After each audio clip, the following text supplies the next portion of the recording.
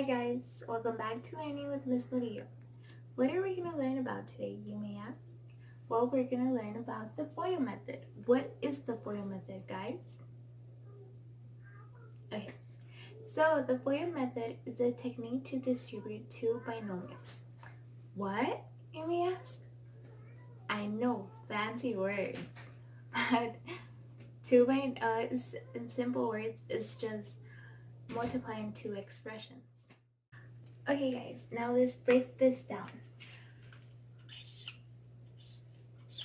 What does F stand for? It stands for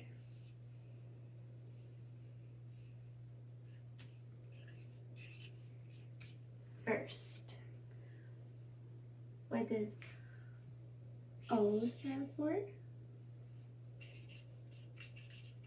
Outer. What does I stand for? Inner. And what does L stand for? Last. Now we're gonna memorize that with a foldable, guys, and we're gonna do it together. In this foldable, we're gonna write F.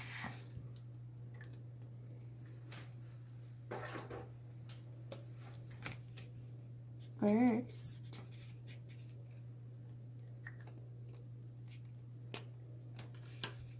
O. Outer.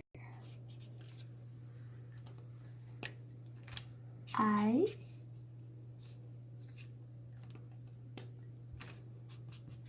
Inner. L. Last. Oops, that was supposed to be in pink. God, you know the teacher is always making mistakes. So here, you write down the answer. Well, the answer you got for the first terms. Okay, next step would be outer. So you write down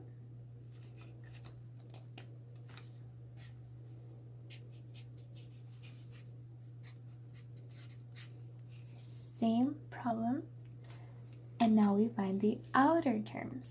Which one would they be? Do you guys have any idea? Okay, now guys, what are the outer terms?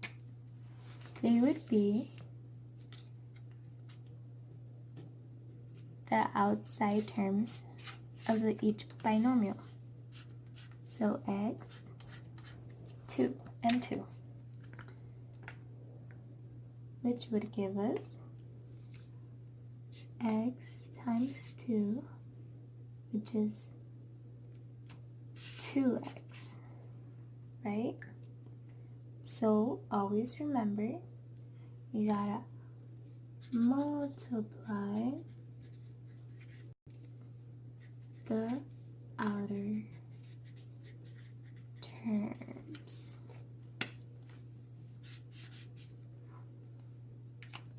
Okay, now our next step would be inner. Remember, write the same two binomials. And now, what are the inner terms, guys? Well, they would be the inside terms of each binomial, which would be 3 and x.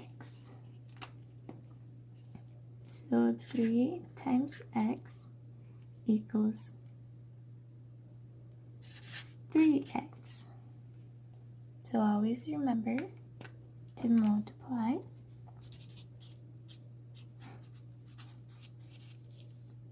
oh yeah, the outer terms. Highlight outer to remember. Okay, now our last step, which would be L, which stands for last. Write down the same problem, and you will multiply the outer ones Which are the outer ones, guys? Correct. It would be 3 and 2. The only ones we haven't multiplied, right? So you would highlight 3 and 2. 3 times 2. What is it, guys? A big 6. Whoa, you guys are smart. So remember to write, multiply the last terms.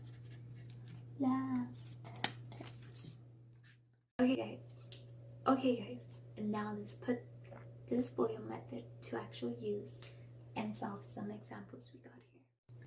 So first, we gotta multiply the first terms of these two binomials, which would be 2x times x, which gives me 2x squared.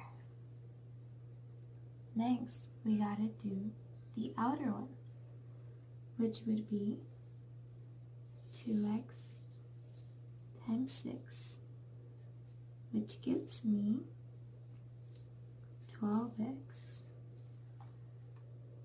Now we gotta do the inner ones. 3 times x gives you 3x. And last, we do the last terms, which would be 3 and 6 equals 18. Now what's the next step? We would combine like terms.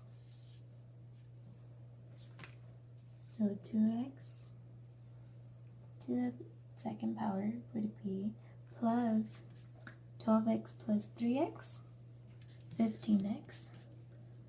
And you just bring down this 18 by itself.